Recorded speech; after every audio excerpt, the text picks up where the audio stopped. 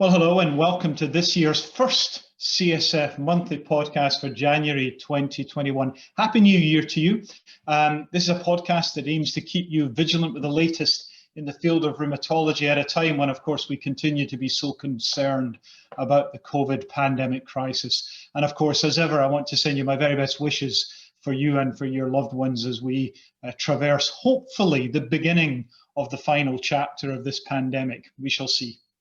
Well, today I'm going to review two very interesting papers, the first of which was written by Peter Nash and colleagues, which is looking at consensus, highlighting points to consider for the treatment of immune-mediated inflammatory diseases with JAK inhibitors. And just as a potential conflict of interest, I'm also a signatory to that paper. The second manuscript comes from Dimitrios Papas, compared with the effectiveness of first-line TNF versus non-TNF inhibitors in patients with rheumatoid arthritis. Now, as always, if you want to look at detailed summary slides of the papers discussed today, visit cytokinesignaling.com. It's a great resource. You find slides, summaries, and a whole lot of useful insight that I hope you will you'll take forward into your practice. Well, let's turn to the first paper. This, as I say, comes from Peter Nash and colleagues, summarises the current understanding of JAK inhibitor use based on a systematic literature review on efficacy and safety. Well, the background here, well, self-evidently, JAK inhibitors are approved in a variety of immune-mediated inflammatory diseases, and with 5 inhibitors now licensed, we felt was a need to summarize the current understanding based on a systematic literature review. The consensus was developed by 15 steering committee members and an expanded task force to give proper representation. The committee included patients as well as experts in rheumatology, gastroenterology, hematology, dermatology, and infectious diseases. The committee adopted the EULAR standard operating procedures for the development of recommendations, and an SLR collected data from controlled and open clinical trials, registries, and meta-analyses. New approvals and warnings from regulators issued after the end of the literature review search date were also considered. It's a little unusual, but we felt that that was really important to be topical.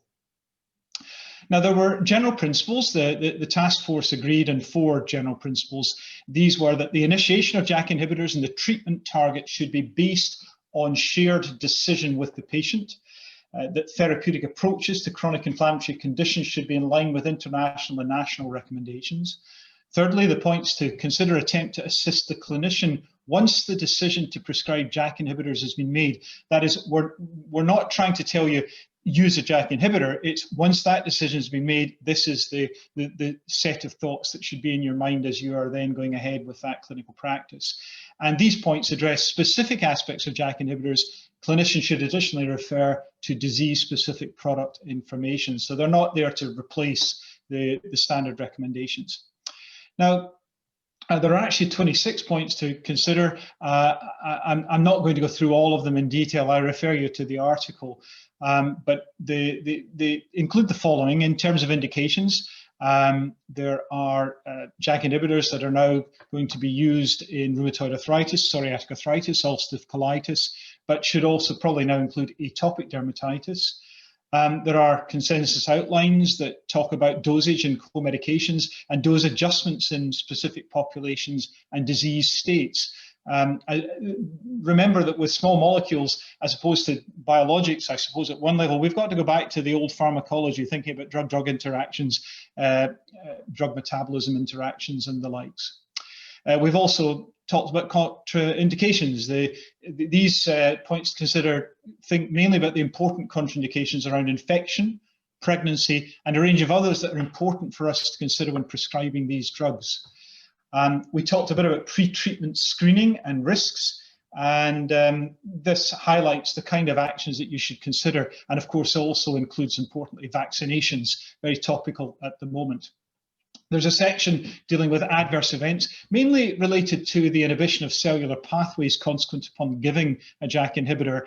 And these are, of course, very important. We need to think especially about the risk of VTE and infection, as well as reduced blood cell counts and elevations, for example, in CPK. And finally, there is a section devoted and related to that in lab and clinical follow-up in terms of what it is we should be thinking about in terms of monitoring and the like. So concluding, well, it's a consensus document. It, I think, provides a useful guide on things to consider using JAK inhibitors. It's an enormous literature that's been brought together into one reasonably digestible format. And I think if you want one place to go just to guide your practice at the moment, that's probably the article to reach for. It's a really important guide, and at CSF we've developed a wall chart which you can download free on the CSF website that captures all of the key elements of this consensus. Now, I commend that to you. It's a terrific aide-memoire. It's the kind of thing you could stick on the clinic wall just to guide your junior fellows just when they're thinking about the use of these medicines. Well, the second paper I want to turn to comes from Dimitris Papas and colleagues, and compared the effectiveness of a TNF inhibitor versus a non-TNF inhibitor, could be a biologic targeted synthetic DMARD, as the first line treatment following conventional synthetic DMARDs, as well as potential modifiers of response. Well, the background here was that the ACR guidelines for the treatment of RA recommend a treat to target approach, guided by disease stage and treatment history. And although comparisons based on TNF versus non-TNF inhibitor agents in head-to-head randomized controlled trials, the optimal sequence of different treatment modalities following conventional synthetic DMARDs has not really been fully established.